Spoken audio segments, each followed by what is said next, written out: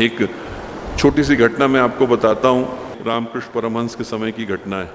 केशव चंद्र सेन हुए उनके समय में ब्राह्मण समाज के अध्यक्ष हुआ करते थे और वो बड़े प्रसिद्ध व्यक्ति।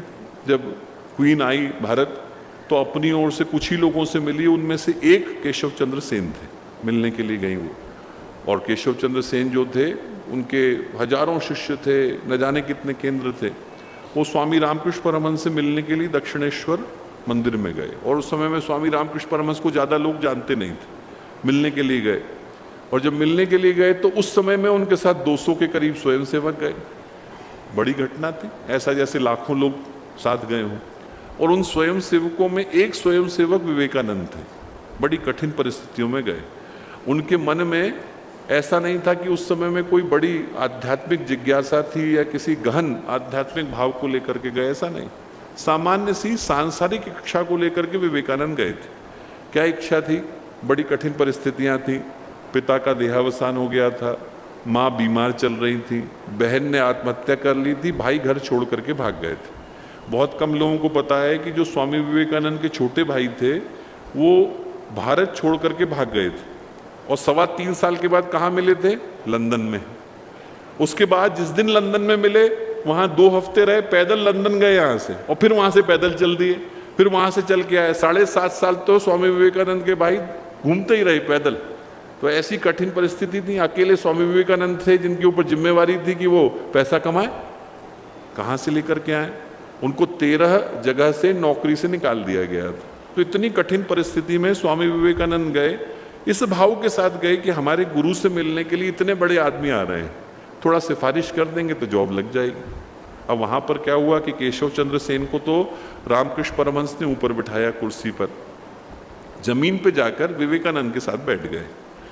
लोगों को लगा कि ये परमहंस हैं, समझ ही नहीं पाए कि अध्यक्ष तो वहाँ बैठे। उन्होंने कहा कि साहब अध्यक्ष वहाँ पर बैठे। तो स्वामी रामकृष्ण परमहंस बोले, उधर दीपक जल रहा है, यहाँ पर सूरज उगने वाला है, मैं सूरज के पास जाकर के बैठा। फिर बोले केशव चंद्र सेन से कि केशव, जो तू कर रहा है वो करने के लिए भगवान का आदेश हुआ है? उन्होंने कहा नहीं हुआ। बोले बेटा फिर चलेगा नहीं। बोले पर ये वाला चलेगा। और ये वाला चलेगा का मतलब कि विवेकानंद को दुनिया जानेगी। और उस समय विवेकानंद को कौन जानता था? उस कक्ष के अंदर बैठे लोग भी नहीं जानते थे। और केशव चंद्र सेन को पूरी दुनिया जानती थी। आज की तारीख में केशव चंद्र सेन का नाम बताने के लिए मेहनत करनी पड़ती है और विवेकानंद के नाम को पूरी दुनिया जानती है। चलता वो है जिसके ऊपर भगवान का हाथ होता है। और इस कहानी को सुनाने के पीछे का कारण, जब गुरुदेव ने सन 38 में 39 में अखंड ज्योति को लिखना शुरू किया तो सेकेंड वर्ल्ड वॉर चल रहा था, कागज मिलता नहीं था। उस समय में गुरुदेव घर में बैठ करके अखंड ज्योति को हाथ से लिखते थे। छापने के लिए पैसे नहीं थे, सही नहीं मिलती थी। हाथ से 250 प्रतियां लिखते थे और उन 250 प्रतियों को लेकर गुरुदेव अपने हाथ से बांट करके आते थे, मथुरा के अंदर दे करके आते थे। जितने लोग थे, बड़े बड़े लोग, उनके नाम नहीं बोलने चाहिए, बड़े बड़े लोग, वो बोले कि गुरुदेव चलेगी नहीं, पैसे आप लेते नहीं हो, विज्ञापन आप छापते नहीं, सेकेंड वर्ल्ड वॉर चल रहा है, कागज बड़ी मुश्किल से मिलता है। बोले ऐसे में ये चलेगी तो चलेगी कैसे? अखंड ज्योति नहीं चलेगी। गुरुदेव ने उनको उत्तर नहीं दिया, पर अखंड ज्योति के अंदर लिखा। क्या लिखा? इंसान की जलाई हुई हो तो बुझ जाए, भगवान की जलाई हुई हो तो अखंड जलेगी। भगवान की जलाई हुई है, अखंड जल रही। और गुरुदेव ने क्या लिखा? कल को यदि इस दीपक का, अखंड दीपक का पात्र टूट जाए, तेल चुक जाए, बत्ती थक जाए, तब भी इसके प्रकाश को रोकने वाला पैदा होने वाला नहीं है। ये भगवान का प्रकाश। सौभाग्य है हमारा।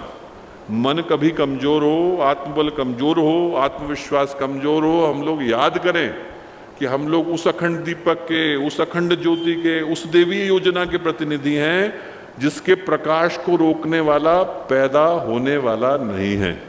हम लोगों का सौभाग्य कि हम लोग उस योजना के प्रतिनिधि के रूप में विराजमान हैं। मन के अंदर कभी भी ये लगे कि वो विश्वास थक रहा है तो गुरुदेव के इन शब्दों का स्मरण करें। ये भरोसा रखें कि दुनिया की ऐसी कोई चीज़ नहीं, ऐसी कोई ताकत नहीं जो हमारे बढ़ते कदमों को रोक सके, थाम सके। ऐसा कोई कोना शेष नहीं रहना चाहिए जहां पर गुरुदेव की ज्योति का प्रकाश न पहुंचे। हर जगह तक हमें पहुंचाने की आवश्यकता है।